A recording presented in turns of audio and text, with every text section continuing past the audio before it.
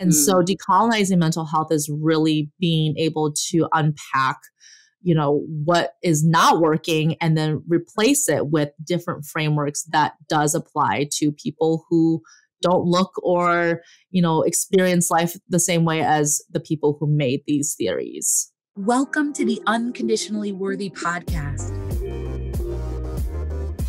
I'm your host, Dr. Adia Gooden, a licensed clinical psychologist who believes deeply that you are worthy unconditionally. Hello, and welcome to another episode of the Unconditionally Worthy Podcast. If you are watching on YouTube, you are going to see in just a second that the outfit I am wearing now is not the outfit I will be wearing during the episode. And that's because I finished the episode and the kind of day I was having on the day we recorded the episode meant that I totally forgot that I need to record an intro. So just know that you're not seeing things. My outfit actually is different. It was a busy day. I had a talk, I had a call, I had a meeting. I think I had one other thing. It was a very busy day. And so by the time I recorded the podcast, it was the end of the day and I think my brain was done. So I am back recording this intro. I guess I say that to say we all have days and we just got to give ourselves grace and compassion and come back to it when we can. So today's episode is with Dr. Han Ren. You may have seen her on the internet street. She has a massive following on Instagram and TikTok, and she really talks about decolonizing mental health and takes such a fun and approachable approach to doing that. And so we have a really thoughtful and insightful conversation about what that means, what it means to decolonize mental health, what it looks like to take care of yourself as a BIPOC person navigating this world. And it's a really insightful conversation. So tune in. And as always, let us know what you think. I am really excited and honored to welcome Dr. Han Ren, who uses the pronouns she and they, to the podcast. Dr. Han is a licensed clinical psychologist and school psychologist, consultant, speaker, and educator. She is deeply rooted in liberation and anti-oppressive work, practicing from a justice-oriented, interpersonal, culturally humble, and systems-informed framework. Through their widely viewed content on social media, which is how I encountered Dr. Han, they strive to make mental health accessible and applicable to our daily lives.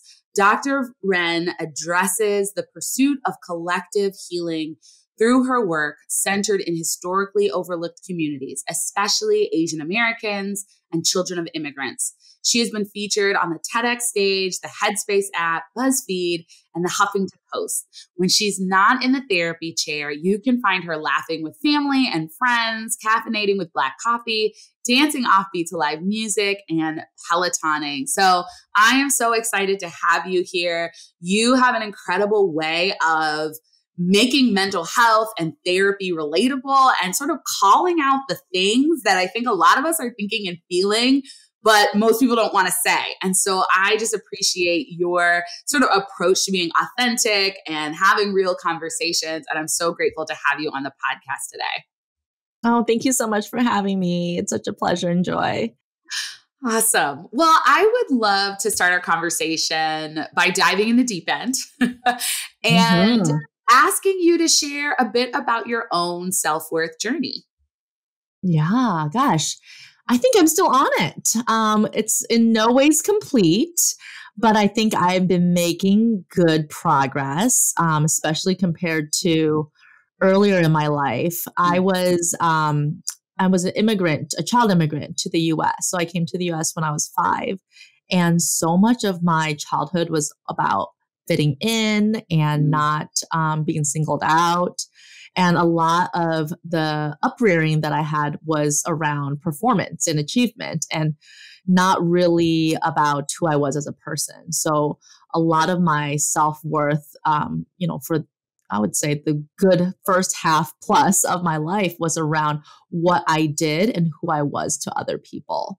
And it wasn't until after I checked off a bunch of, milestones off my list that I started being more thoughtful about, well, now what? If I can do all these things and be all these things to other people and still feel hollow to myself, then there might be something else that needs some examining. So I think just even in the past 5 years or so, when I've had the space and time to be more reflective and, think about my relationship to work and where I want it to fit into my life and my relationship to other people in my life, I've been able to find a little bit more anchoring within me. I have an affirmation that I like to repeat to myself, in these times, like, I belong to myself and we belong to each other. And yeah, it's still ongoing, but I'm working on it. I love that. And I love the affirmation, I belong to myself and we belong to each other. And I also like your use of the term anchoring, right? Like this sort of anchoring within yourself. And I think, I certainly resonate with your experience of like, okay, like what are the boxes that I have to check to get approval for other people to be happy with me? And, I'm not an immigrant. My dad's an immigrant. So I'm sure that I know that influenced my sense of self and worthiness. And I think there's lots of people from lots of different life experiences who've had a similar, challenge with like finding their worth within themselves and not sort of looking to all the achievements. And similar to you, I got to the point where I was like, okay, so this whole for me, it's like academic, this isn't working. Like, got the PhD, got the thing, like that didn't work. So what else? And so it sort of forces you to turn inward. And, part of what I think about when I think about your work and how you show up online is the courage that it takes to go against the grain and to challenge, right? A system, a framework around mental health that is, grounded in whiteness, grounded in white supremacy, and to sort of call it out, especially when we have been trained and socialized that like, you don't do this because that's, you know what I mean? Like there's all these sort of like rules, right? And like the ethics and the things, you know what I mean? And so I'd love for you to talk about, I guess I have two questions, but I always am like, let's just ask one question at a time. I'd love for you to talk maybe first about the courage and like how you found, like where you found the courage, how you've cultivated that to like come out and, like call out, right? Like this system that doesn't fit for you or doesn't fit for your clients and what that's felt like, what that's been like for you. I think in terms of social media, when I first started making TikToks, it was just a boredom buster. It was October of 2020. I was like, done all the paint by numbers and then cross stitches. I'm like, I need something else to do that can really channel my creativity.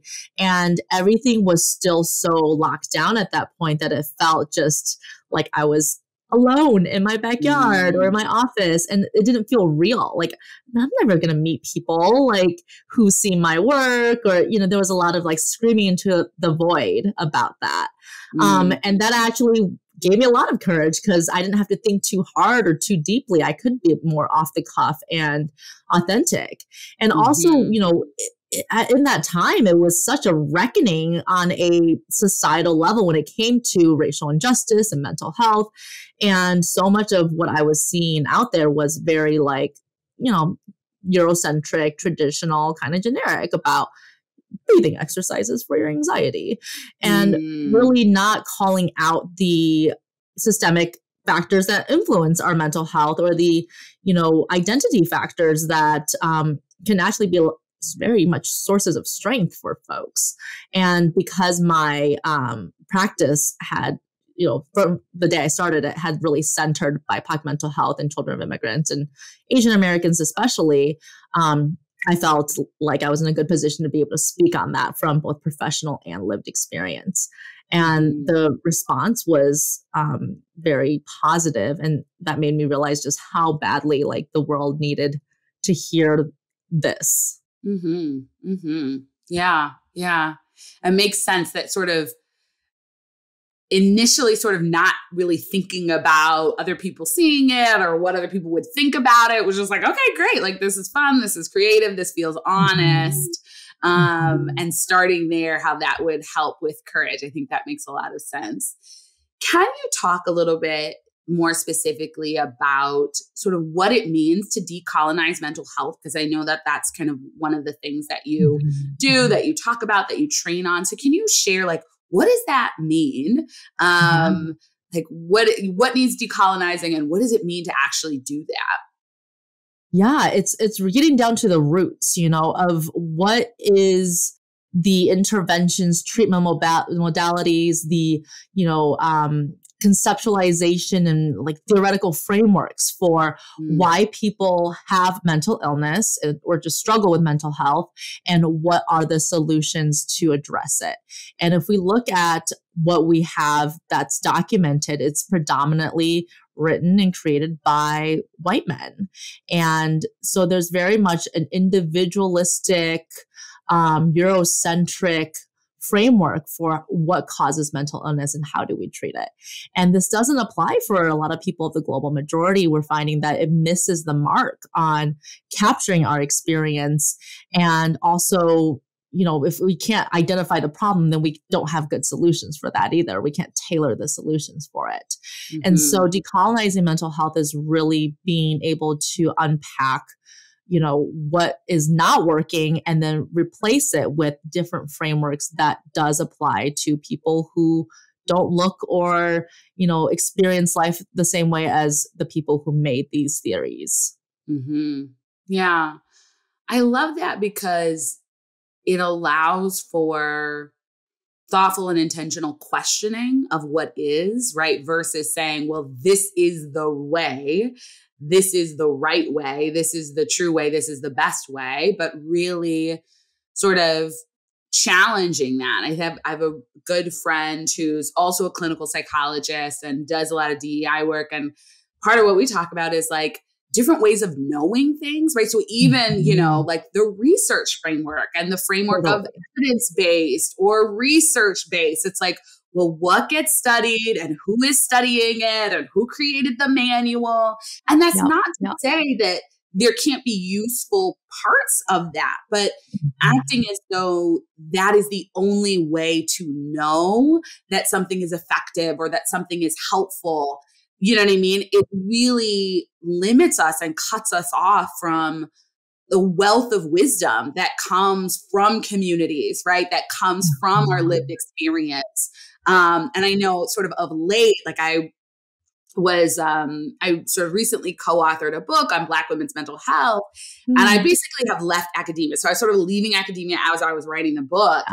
And I was finding myself feeling very annoyed with like, okay, having to be like, Black women experience ABC and then ABC, and being like, now let's look for articles that prove that Black women experience. And I'm like, they just do. I know they do. They do. I don't want to have to cite 3 articles. Totally. Yeah.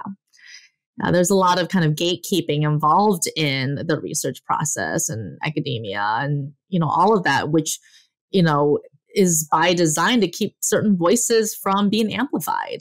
And I think, in recent years, there's been more of a emphasis on lived experience, especially for, issues of identity or neurodivergence. And I think we've been able to add to what we know with so much more nuance and richness because of that.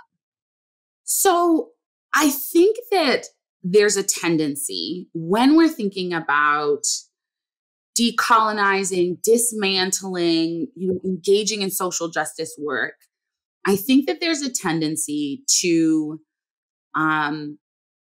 throw everything away or use shame or just paint everything as like, this is all bad and it's all awful. And that is how we sort of engage in our modern discourse, I would say, or public discourse, is it's like, there's a lack of nuance. It is all good and all bad. And where I'm going with this is that your TED Talk discuss using guilt and not shame, right, as sort of a transformational emotion or experience that actually helps us to make changes. And, we see even in these days, right, people will protest. And I'm not saying these people saying shame, shame, shame is wrong. Cause many times I'm watching, I'm like, yeah, but like that is a sort of like a common thing that you think, okay, we'll shame people out of it, or maybe you'll shame yourself.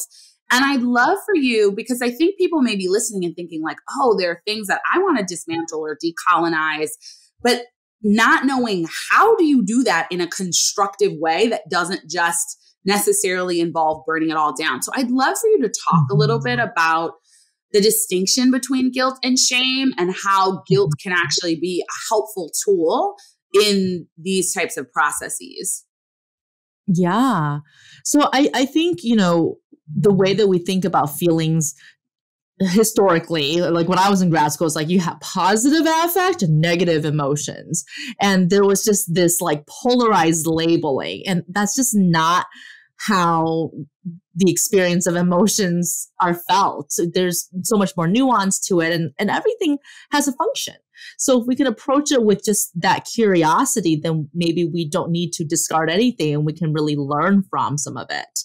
And, the neurobiological experience of shame is that it is a social, moral emotion that we need in order to survive in communities. It's something that comes online when we're about a year and a half old, and we're learning from our environment what is acceptable for our behaviors and what isn't.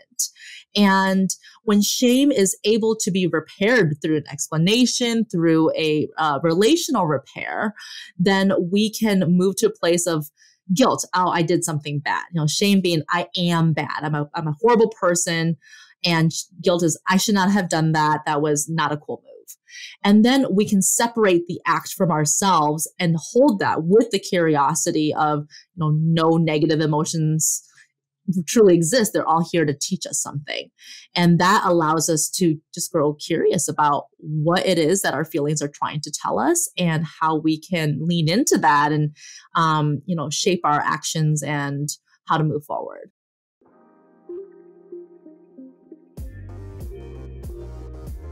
The journey to embracing your unconditional self-worth can feel overwhelming, and you may be wondering where to even begin. Well, I created the perfect free guide to get you started on this journey. In my free ebook on 4 practices to help you connect with your unconditional self-worth, I share about my own self-worth journey and struggles with believing that I was worthy or good enough. And I also break down 4 practices that will help you to begin to embrace your unconditional self-worth. This is the perfect starting place for you on your self-worth journey. And it's free. Grab your copy now by going to www.dradiagooden.com/free-ebook.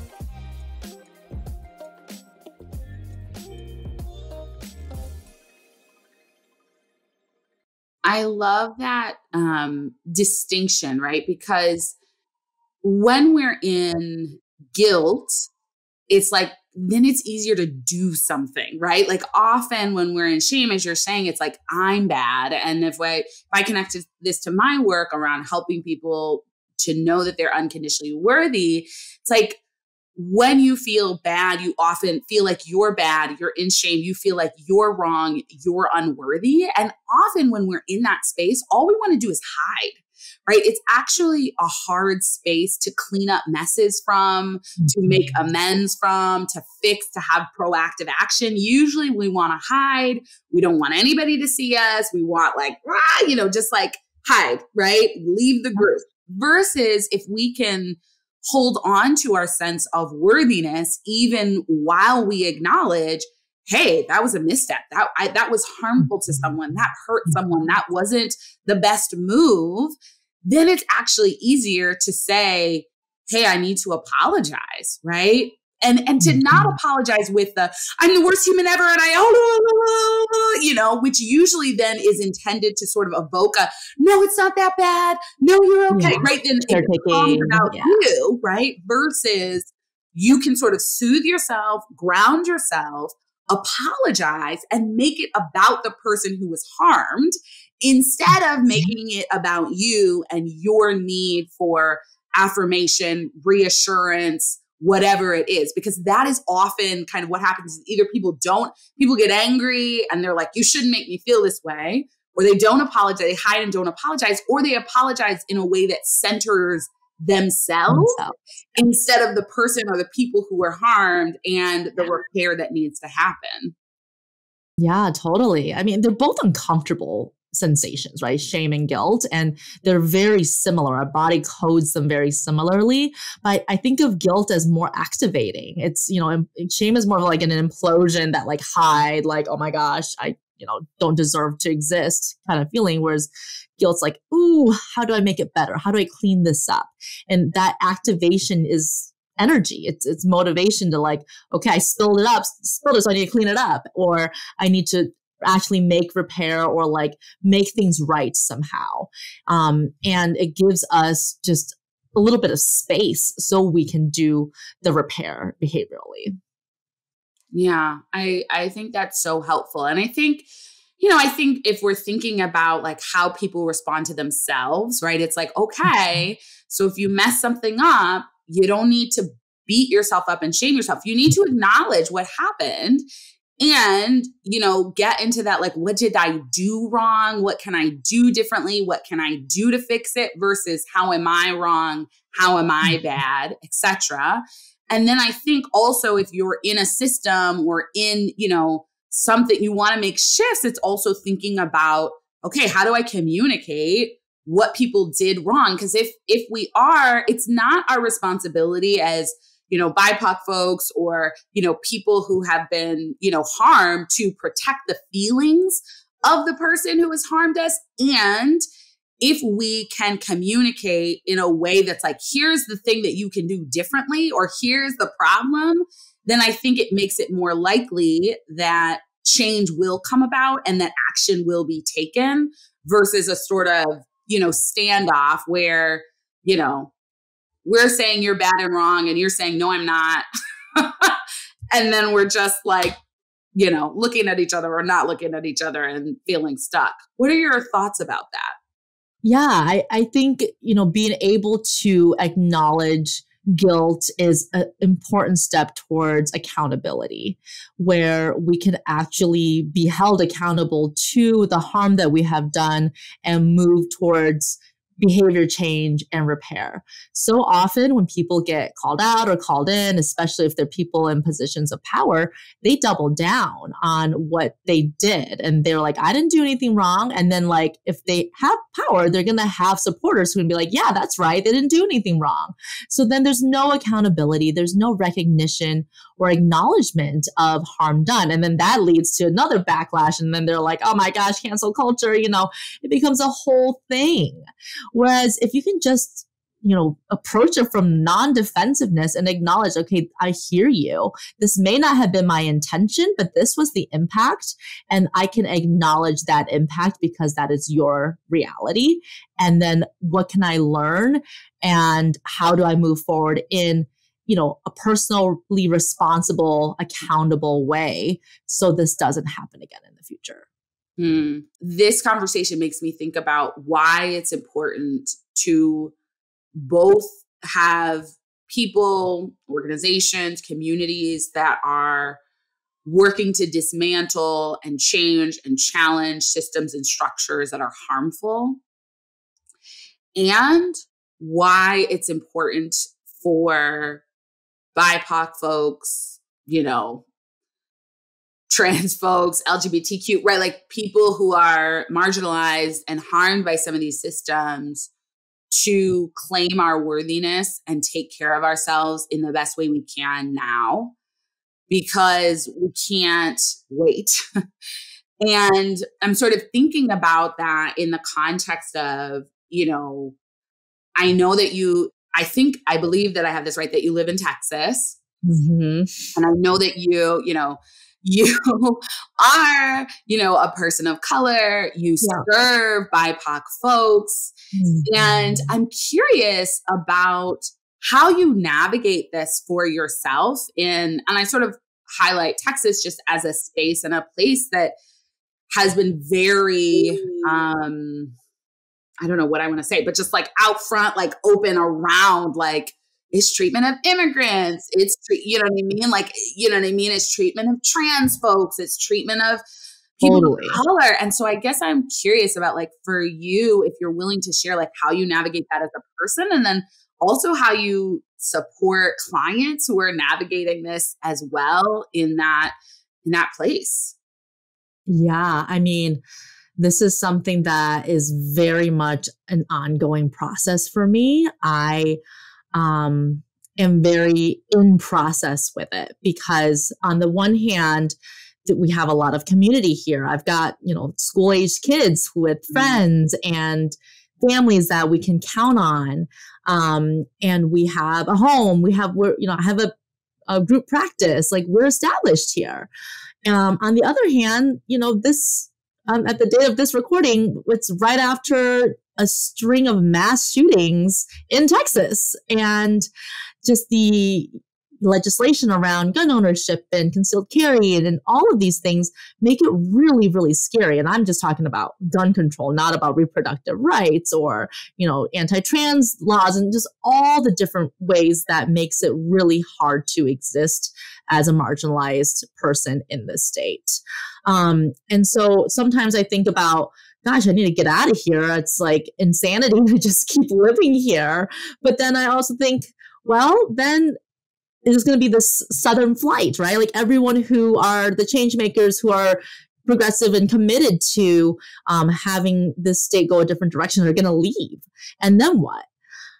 So it's a really hard dialectic to hold. And, that's what I name with my clients too, because I have these conversations with them all the time about some who are like in the process of leaving Texas. I'm like, you do you get to safety if that's what you need to do.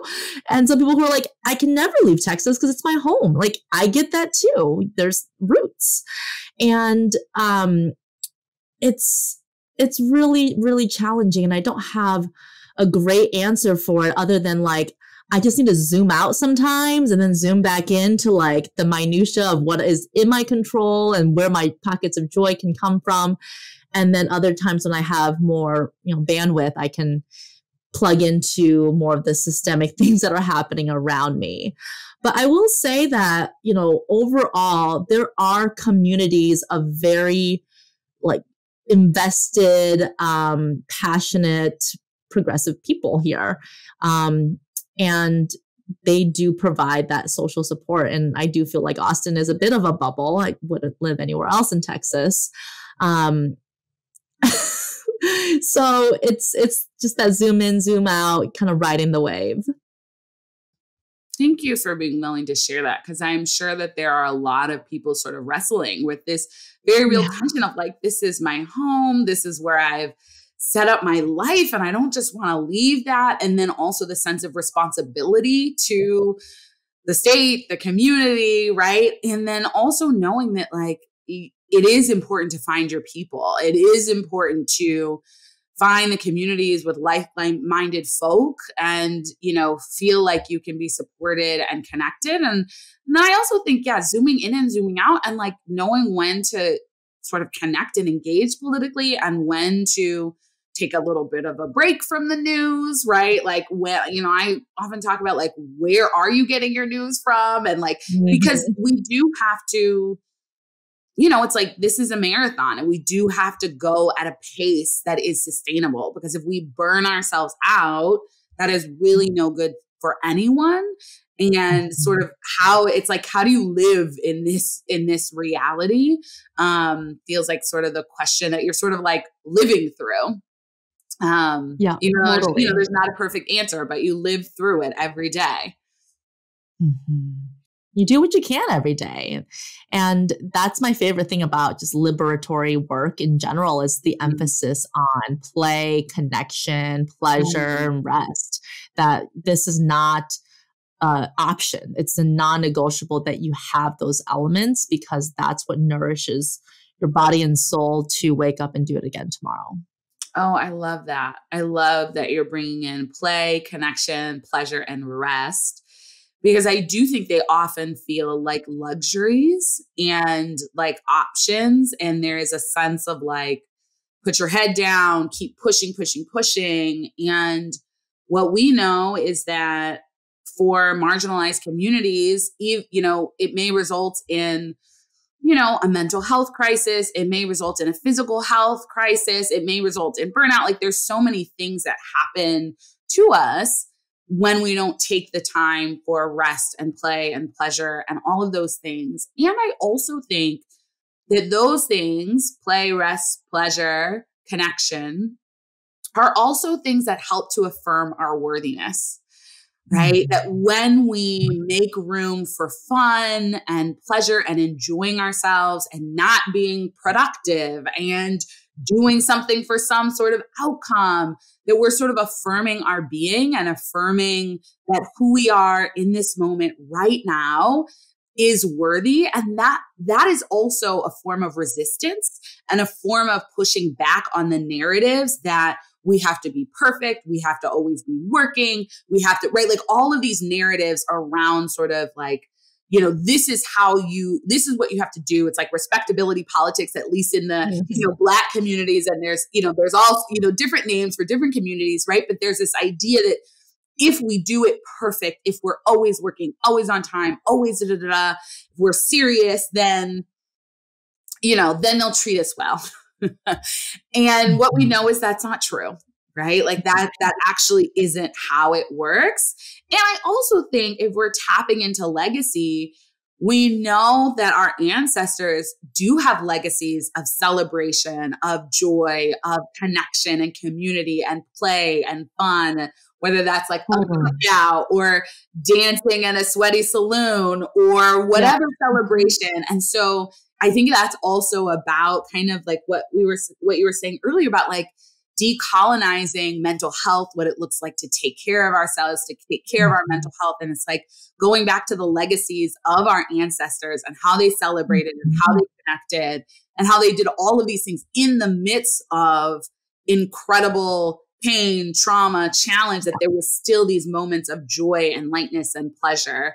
And that it's important for us to continue that legacy. Totally. Yeah. Therapy does not have a monopoly on healing. There's so much more that's happening in life that doesn't exist in a manual. And if we feel the inherent, feeling of deserving it without having to earn it, and we can actually utilize it as a way to nourish ourselves and our community, then we're stronger for it. Yeah. I love that. And it does feel freeing, right? It does feel like, and I could enjoy my life even in the journey, right? Like even while all this stuff is happening. And I think there's also, if we go back to the guilt versus shame, there can be guilt, right? Around enjoying life, experiencing pleasure while you know that other people are suffering. And I think if we can think about enjoyment, joy, play, fun, and pleasure as a tool of liberation and as a tool of resistance, that helps us to see that it's not selfish and it's not counter to our efforts and to what we want to change and dismantle. It actually not only sort of fuels us, as you were saying, like gives us the energy to continue, it also affirms our worth. It also gives other people permission, right, to do those things. And so it isn't selfish and it isn't counter. It's actually essential. Absolutely. And I think a lot of it goes back to relinquishing control. When we try so hard to control outcomes and the future, we discovered there's actually very little that's within our control. And so not coming from a place of needing that allows us to explore what we can actually have agency over, around in our environment and how we feel and how we can tap into these things that feel good as part of our inherent worthiness. I love that. Releasing the need to control, right? Like that's certainly something I am in process on. And it also feels like sort of another thing that's decolonizing, because I think in the sort of white Western world, there is a sense of like control, these outcomes leads to, this input leads to this output, right? Like we can research it, we can like narrow it down, right? Like there's just, that is sort of how, there's a tendency to have tunnel vision around all the contextual factors that may lead to various outcomes. And so releasing Mediators and control. moderators. Yeah. Yes, exactly. Right? Releasing control sort of dismantles that and also frees us up. And I will say, as somebody who, likes control, is scary. So I would love to know, how do you manage that? How do you lean into releasing control? How do you help others lean into that as a practice? Yeah. I mean, I really think of it as control versus agency. Control means you have to know every single possible permutation of outcomes so you can pick the right one. Whereas agency is this belief in I'll figure it out. It's possibility, it's potential.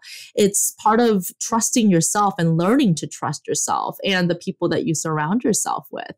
Where can you find agency given your specific set of circumstances? And there are certainly places where we have more or less agency, but we always have some agency.